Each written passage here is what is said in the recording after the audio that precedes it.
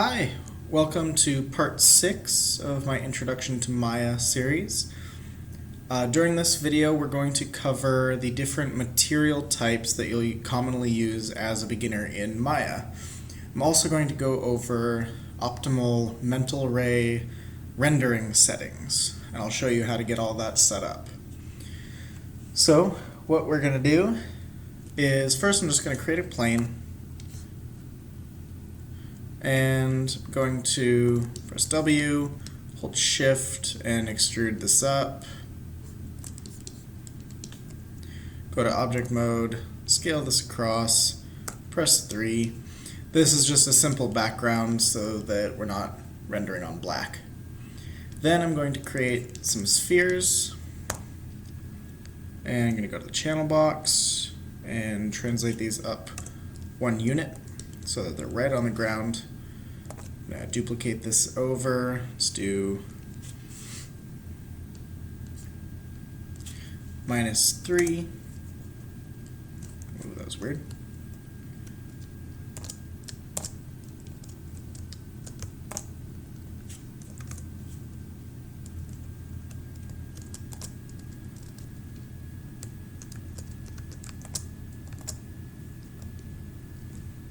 And actually I probably only need like those ones.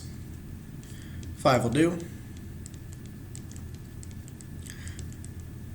And now I'm going to show you what this will look like. I'm just gonna select all of these, press 3, and now I'm going to hit render.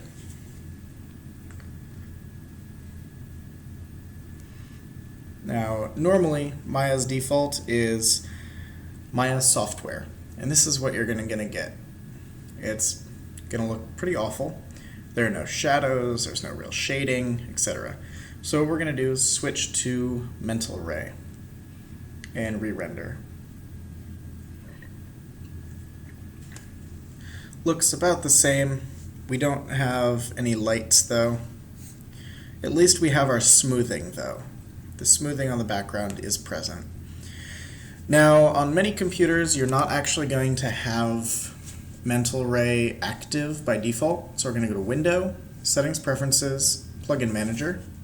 Scroll all the way to the bottom and make sure that Maya to mr.mll is loaded and set to auto load. And we can close that.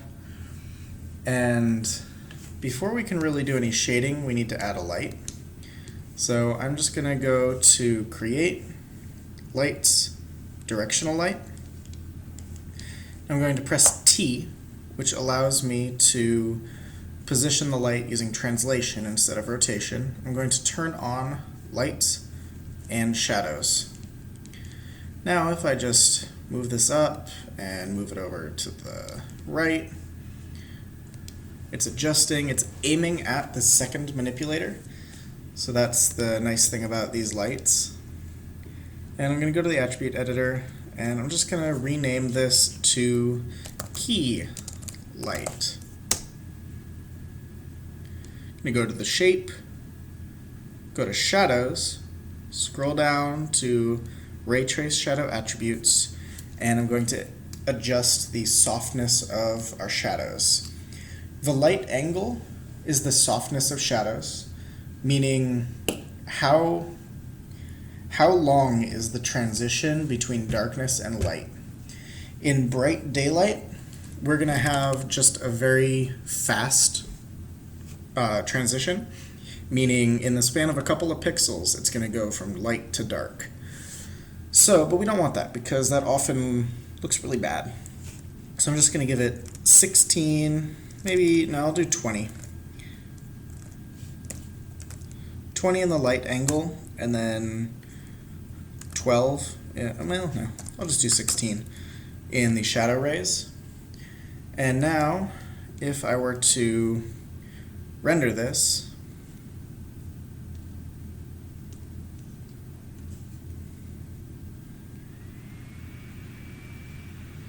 you can see that we now have some nice soft shadows coming across. I'm going to duplicate this light, which of course doubles the intensity of our light, and I'm going to change the intensity down to 0.6. I'm also going to rename this to fill light. Our fill light is there to raise our shadows, but not overpower our key light. So, bring this up again, save that image for later, and render.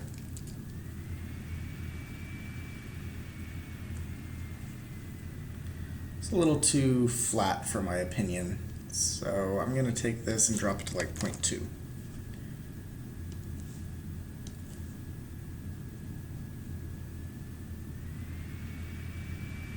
Sure, that'll work for now. Save that for later, close it down, and now that we have some lights in place, we can actually talk about materials, and we'll be able to see the changes that take place. Currently, the material in this scene is Lambert 1. Lambert 1 is the default material. It's 50% gray. It doesn't have any specular highlights. It doesn't have any of that interesting stuff. All it is a dull, boring shader. It has a few applications, though. You might use it for, say, a cotton tablecloth that doesn't have much reflection, or, you know, a brick wall, perhaps. However, the main default shader that we're going to cover is Blinn. So if I right-click, go to Assign New Material, and choose Blinn, it will create a new shader. The first thing we're going to do is name it so that we can apply it later. This is going to be Test B1, and I'm just going to click here. By default, yours might be an RGB. I like to work in HSV just because I understand it a little better. So I'll give this a color. That's a red. If I adjust the saturation, it becomes less saturated, more pink. There's a darker, kind of muddier pink. But we'll just leave it there. Now, if I render this, we now have a shiny pink ball in the middle.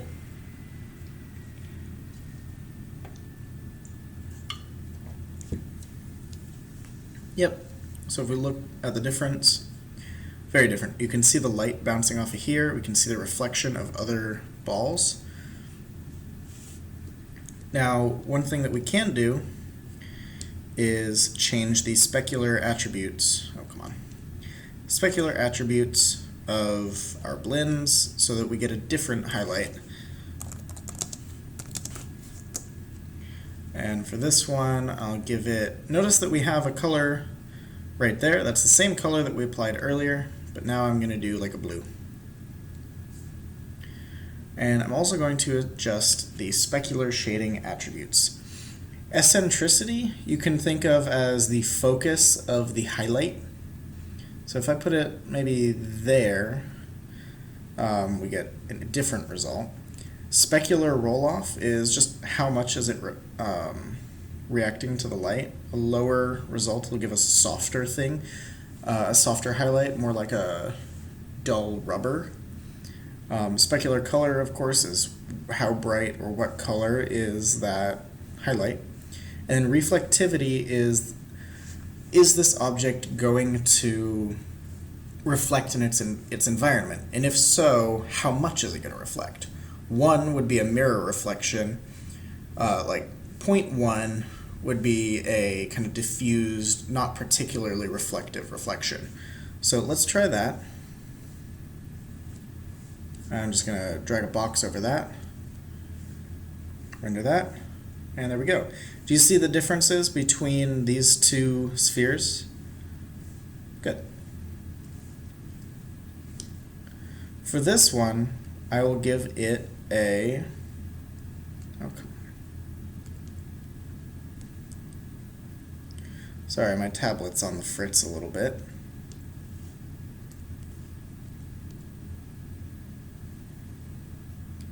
Assign new material, and I'll give this a surface shader. Surface shaders are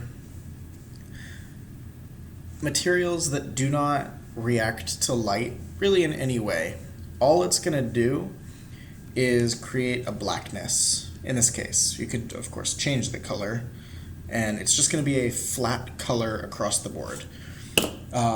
You may be thinking, well, what actually has attributes like that in the real world? Not many.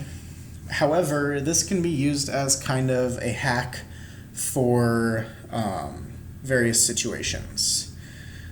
Take, for example, you modeled a house. You modeled the exterior of the house superbly, but you didn't have time to model the interior. And when you brought your camera close to a window, you saw inside, and it just looked dark. Not dark, sorry, it just looked empty. However, if we took a plane and gave it a black or a dark surface shader, when the camera saw inside, all it would see is black, and it would look like it's just dark inside. So that might help you get out of a potentially compromising camera angle. That's one situation where that'll be helpful. It's also used in a lot of utility type stuff when you're making new shaders. That sort of thing. Alright.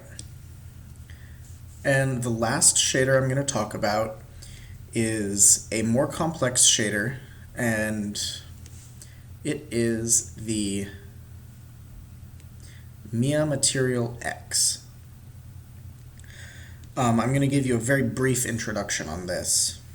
What this material will allow us to do is it's got some presets built in. So if I click on presets, I can choose chrome, copper, frosted glass, glazed ceramic, glossy finish, satin metal, rubber, all of those things, and we'll be able to replace that, and they're pretty decent defaults.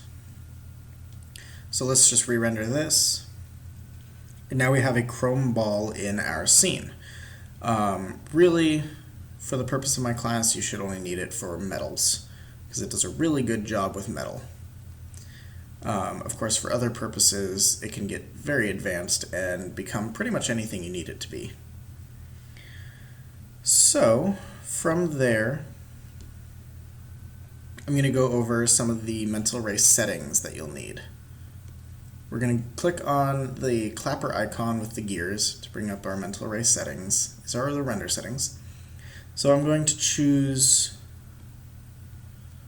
JPEG, 100% compression quality, 1080p as our resolution. I'm going to go to quality and bump that up to 1. Also going to go to indirect lighting and turn on final gather. The only thing I'm going to change here is the point interpolation. I'm going to change that to 20. Now, if I re-render this, save this for comparison, re-render,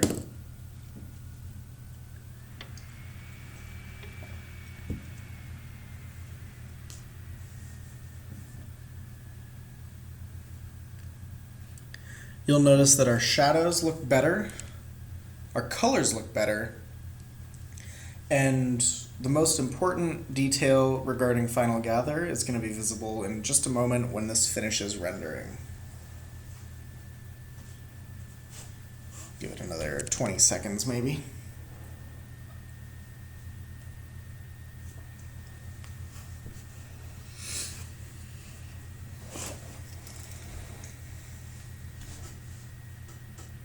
You can kind of start to see it, but if you look at our ground, you'll see that the color of our material is visible on the ground, even though that ground doesn't have any reflection. The reason that this is happening is because final gather is indirect lighting, meaning that it bounces light around in our scene that wouldn't normally be bounced. It is much more accurate to the real world because if you placed a pink sphere on a gray surface, you would see pink on the gray surface. Same with the blue over here. So if we were to compare these, you'll see a couple of different things. The ground shadow is totally different because we have that reflected light that's bounced around. Also, overall, our scene is brighter. That's because it's still bouncing off of the ground, hitting the back, and brightening it up. Final gather, it does add to our render time, but it's generally worth it. So from there, I'm just going to talk about the light attributes, the different types of light, and then we'll call this a day on this lesson. I'm going to go to Create, Lights, and I'm going to tear this off by clicking the top bar. The main ones that will be helpful are directional light, point light, spotlight, and area light. Directional lights are the ones that we've been using, and these lights are reliant on the angle of the light. It doesn't matter how big or where in space you position this, all that matters is the angle that it's at. Because directional lights cast the light rays in a parallel manner. So these rays are coming from an infinite source and are parallel. What this means is that it's essentially a wall of light coming from that angle, because of course it doesn't have like a radius that shows where the light is coming from. Like, it's not going to be just a cone of, or like a cylinder of light, it's a wall of light. And being as those are parallel rays, that's why directional lights by default cast very sharp shadows. And that's why we go to the trouble of adjusting the ray trace shadow settings so that we get something a little more appealing. Yeah, I think that's the gist of it with those lights. Next we have the point light, which is an omnidirectional light, meaning that it emits light in all directions. The rays are not parallel, they're spreading apart from each other.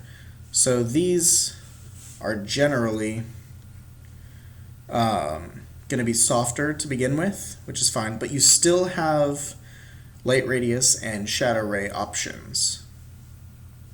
You also have decay rate, which I'm not going to go over here. You can check out a future video for that. I'm going to delete that. Places where these lights are useful. The directional light is useful for outdoor scenes and like imitating the sun. Point lights are useful for imitating light bulbs and other small lights that may be indoors, like say a lamp or such. Spotlights are exactly what they sound like. They are a spotlight that casts a cone of light. Here you can see that it's sharp, but if you adjust the cone angle combined with the penumbra angle, you can see that it'll soften out. Also, drop off is a big one for this. Yeah, so if we get that going, we'll have a very nice shadow, or a very nice light that could come from a flashlight, could come from a lamp, could come from a car's headlights, etc. And again, it does have light radius and such.